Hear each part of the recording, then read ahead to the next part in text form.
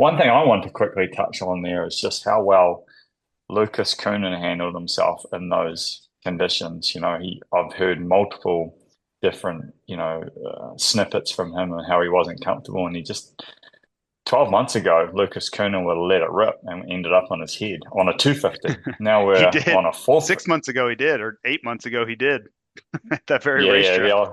yeah. He had a heavy chip on his shoulder that day, though, didn't he, Yeah. JT? But I was really impressed with that. I was super, super impressed. Like he usually in that scenario for a rookie in the Premier class, it's very hard to control yourself in those circumstances. And he did tip it over, but that was in a very low speed corner. So yeah, I think that's one thing that really stood out to me from the weekend. Like that's a very promising sign. Not that we probably needed to see that sign, but that's one of the true signs of someone that is potentially on their way to some greatness. Yeah, absolutely. Well said. And yeah, you saw the Coenen brothers and what they do. And obviously, there was a bit of talk about Southwick as well, JT. Obviously, I don't think that was driven by KTM or agents. So just give us a few words on Coenen brothers and all that stuff, mate. Yeah, I think that would probably saying that it wasn't driven by KTM would be the exact opposite of what was happening here. I think KTM was like, "Wait, you want to do what and where and when?" Like, seemed like there was a narrative that, and I understand they want to be racing in America. Their agent is actively trying to kind of force those things to happen. So I kind of get it all. I just think there's the all the team side and the administration, everybody's kind of going like, well, we have a plan in place. These things are supposed to happen in certain time frames, and we're not really prepared to take these steps. And you have the rest of them like, yeah, let's just do it, which would be awesome. But we've kind of talked about this on this podcast before. KTM is very particular about the way they do things. They don't rush into decisions. They don't fly by the seat of their pants. So it's not shocking to me to not see this happen. I have heard that they're trying to make Redbud happen because they would still have another weekend before Finland. I don't know if that happens or not, but I think it's more likely than this initial, push was. So we'll see. But yeah, I echo what Ben said about Lucas. There was a big narrative kind of going around, and I pushed back on it a bit. That these guys all they do is crash, and I was like, well. I understand they do crash, but they're really fast. And if they ever figure out how to balance the speed and the intensity with a little bit of caution, one of them or both of them is going to be very dangerous moving forward because it's really hard to teach the tools that they have, the raw speed and the fast pace on the first lap and all these intangibles they have are very, very difficult to learn. You almost kind of have them or you don't, and they have them. So I would always much rather try to slow somebody down a little bit and teach them patience than I would teach them like, hey, yeah, I need you to go as fast as anybody on the planet can. Like it's just much easier going the other direction. And we're watching in real time Lucas develop that. And, I think the 450 has helped him. A similar kind of parallel for American listeners would be kind of what RJ Hampshire has done on the 450. We really haven't seen any crashes. We haven't really seen any big moments.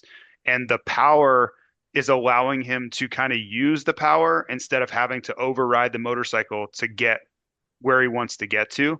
Not everybody can do it, but that's what Lucas is doing. I think Jet has done that, RJ Hampshire, but Jet was never really a crasher, but they're able to use the motorcycle's abilities to then not have to push this limit that they were kind of always riding upon.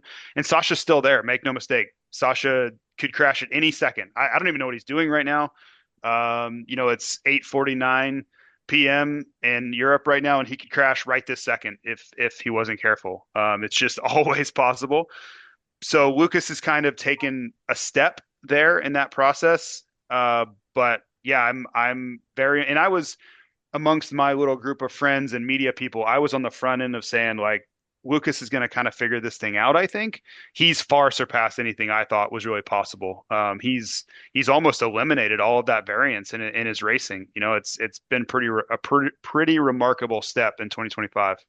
Yeah, for me personally, I did always believe just I guess last year I got to spend some time in Europe as well, as have you, JT, and pretty close with Ruben, who was involved with that Nest Down program there with Kai and obviously last year with Lucas. And I did believe what he is currently achieving was possible, but with that very obviously important factor of learning the craft of controlling your emotion and I guess the emotion to win at all costs, really, because that's really where he was at times on a 250. And clearly he's made like you said, JT, an enormous step there, and pretty cool to see. I mean, it's at a level that we probably haven't seen in Europe in a very long time, if ever, to compete for a world championship at that age on a 450 in the premier class. So yeah, it's very, very cool to see, and I'm interested to see if his brother can make that same step, because clearly that's a mental change, to control yourself in those circumstances. And I'm with you on the raw speed, mate. Like, I think what probably sets Lucas apart a little bit, in my view, is just the leverage he has in his body and the way he's able to control the bike. And to me, when you study them, he just has a certain element of a further or higher skill set than Sasha does, just based on the length of his body from what I've studied. But yeah, it's pretty cool to follow and watch, when a rider is able to make that change. Obviously, there's probably an enormous amount of question marks going around, when he did jump to the 450, but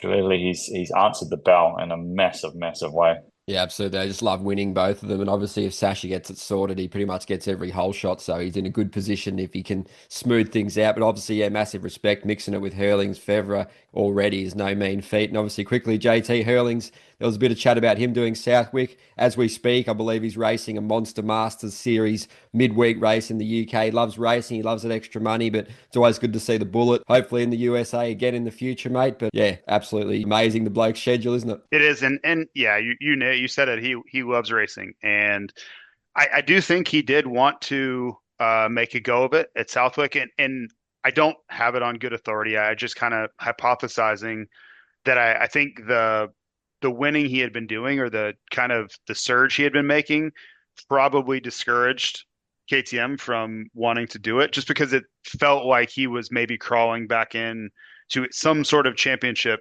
picture. That there is also the lack of preparation and all the things that go into it. But I really felt like, much to his probably dismay, winning that round probably sealed his fate of not being able to go, because there just felt, like there's nothing to lose. Let's go get some promotion out of this thing.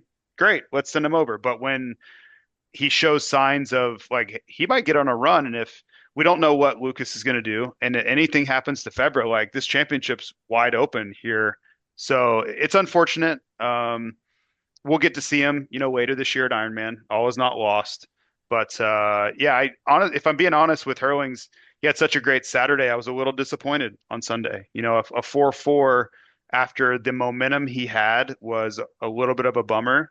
And he loses another 9 points to the championship in that, on that Sunday. So, not a horrific day, but I just really felt like he was kind of coming on. He was really kind of finding the form he needed to find, and then it was just like a kind of a little bit of a step back on Sunday to go 4-4. So not terrible, just not what I think many people were like. If you're looking for this guy to, like, catch fire, it wasn't that type of day.